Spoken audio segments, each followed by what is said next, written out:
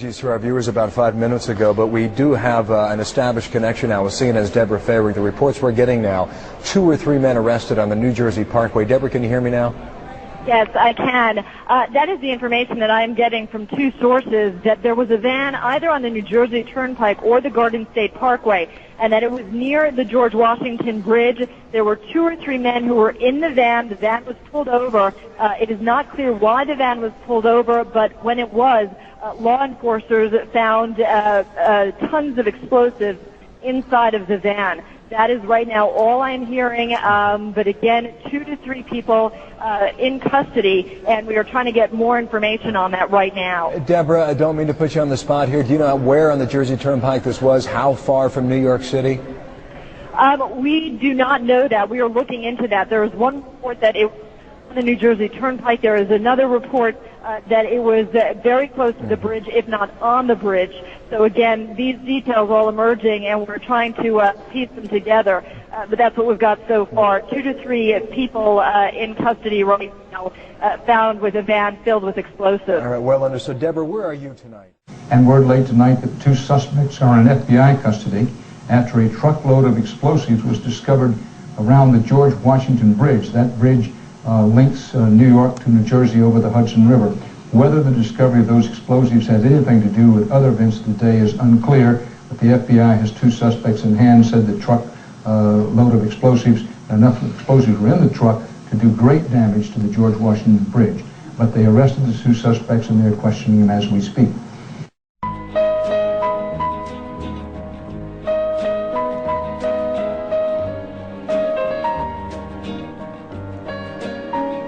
And all of a sudden, down there, I see this van parked.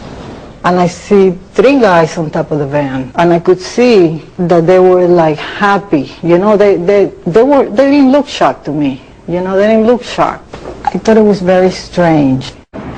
We had received an all points bulletin, and I just happened to see the van and, you know, hollered over to my lieutenant.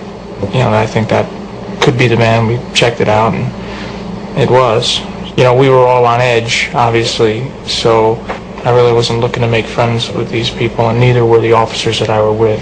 Once we started talking to them, you know, they were pretty much like, hey, you know, we're not against you, we're with you.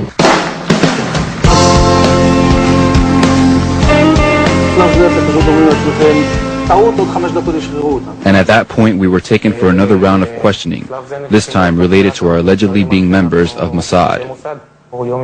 The fact of the matter is, we are coming from a country that experiences terror daily. Our purpose was to document the event. Our purpose was to document the event. I was watching the towers, and though I wasn't the closest, I saw them crumble to the earth like they were full of explosives. And they thought nobody noticed the news report that they did about the bombs planted on the George Washington Bridge. 4 non-Arabs arrested during the emergency, and then it disappeared from the news permanently. They dubbed the tape of Osama, and they said it was proof. Jealous of our freedom, I can't believe you bought that excuse. Rocking a motherfucking flag don't make you a hero. Word to ground zero, the devil crept into heaven, God overslept on the 7th. The new world order was born on September 11th.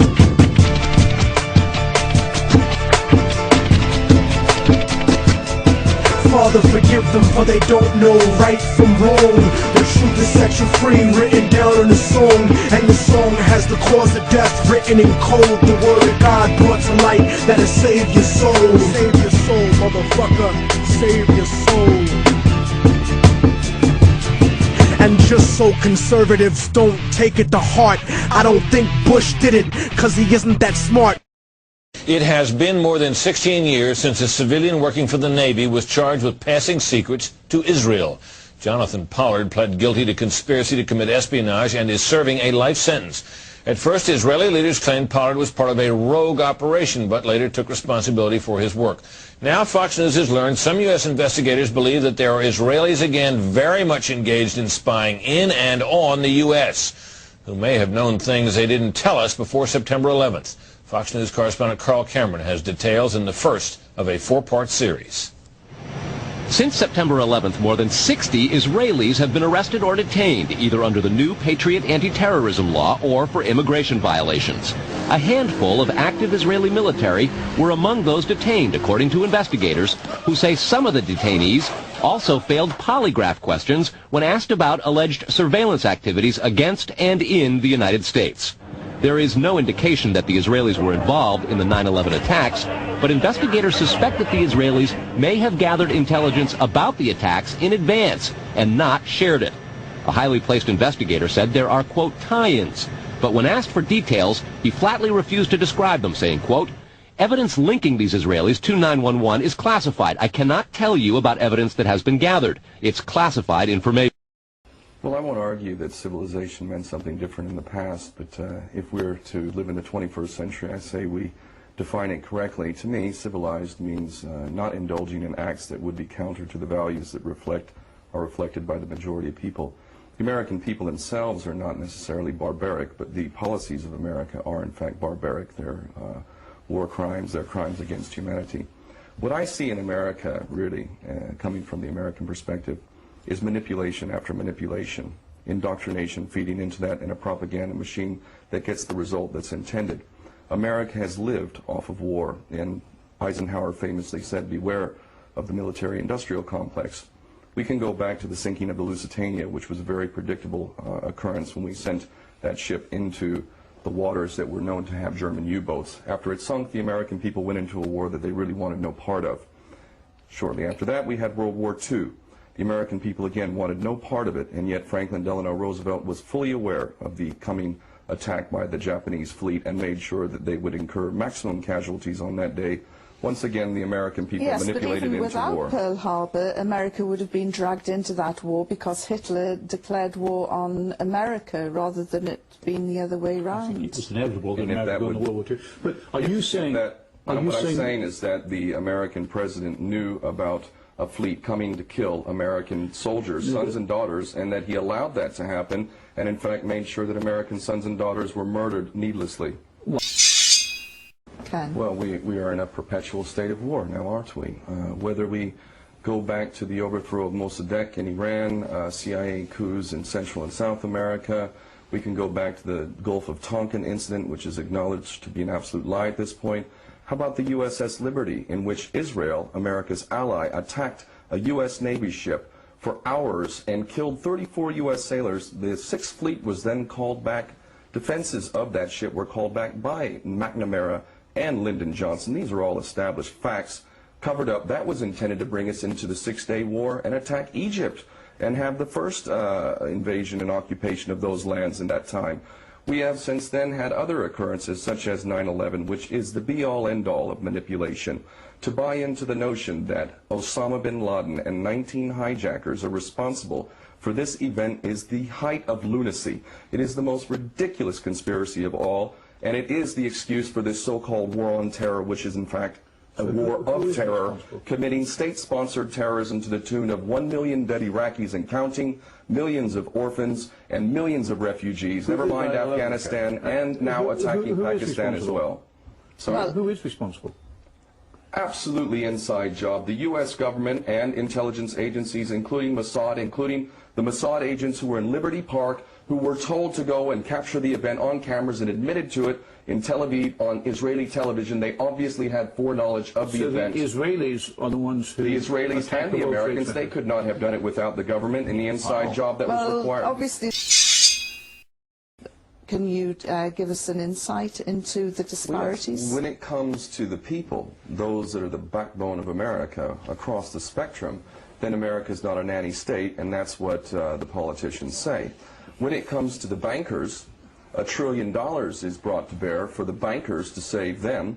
When it comes to war and the war-making industries, plenty of money can be extracted from the American taxpayer to fund war.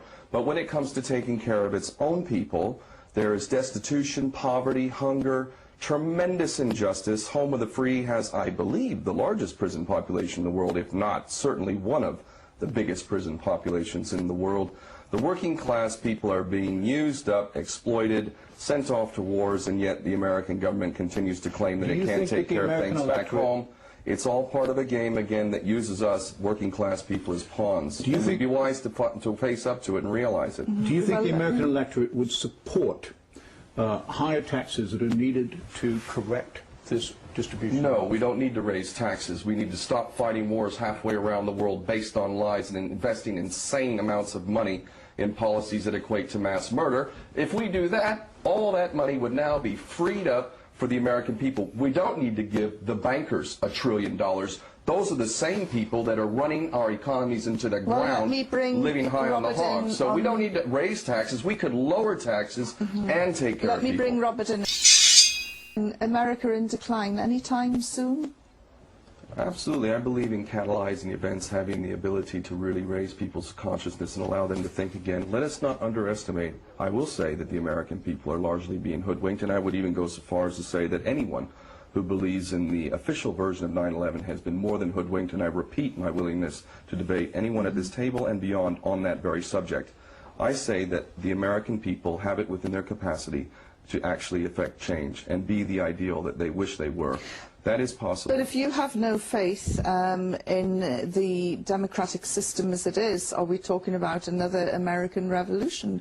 You know, what are you talking about with people power? The first thing I would start with is take control of your media, because the media is passing on information that allows people to be hoodwinked into buying into wars that are based on lies. If that propaganda machine did not exist, you would not be so stupid as to be led into a war that is going to equate to war crimes. Well, the media is used in all countries to promote wars. But since America has the most profound impact on the world, and we're talking about America tonight, more than any other nation, they need to take control of their propaganda machine, which is hoodwinking the people. Also, look at the system of indoctrination. Question what you've been told. I, like every other American, grew up believing that my nation was the greatest in the world, that it was the beacon of freedom and democracy.